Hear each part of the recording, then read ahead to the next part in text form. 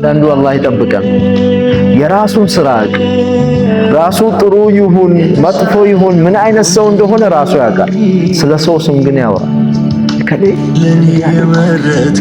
አላህን ፍራ፣ አላህን ፍሪ ተየት።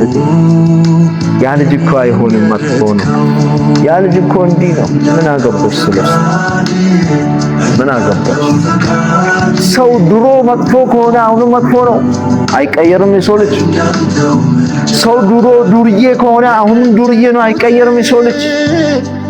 ሰው አይቀየርም። ሰው ድሮ ድሃ ከሆነ አሁን ሀብታም ከሆነ ለምን አይቀየርም? እንዴት አይቀየርም? ሰው ድሮ ጃሂል ከሆነ እኮ አሁን አዋቂ ሊሆን ይችላል።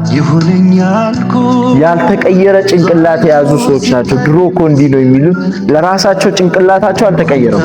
ያ የድሮ ማንነታቸው ድሮ ቦታቸው ነው ያለው። ሰው ያድጋል፣ ሰው ይለወጣል፣ ሰው ይቀየራል። መጥፎ ከሆነ ይስተካከላል። ለምንድን ነው የማይስተካከለው? ለምንድን ነው የማይቀየረው? ሱብሃንአላህ። ተው አላህን እንፍራ፣ አንሰዳደብ፣ ስም አንጠፋፋ። ሙስሊም ከእንዲያን ነገር ንጹህ መሆን አለበት። የኢስላም መርህ አይደለም። የሙስሊም ልጆች ይሄን አይነት አኽላቅ አይደለም መማር ያለባቸው።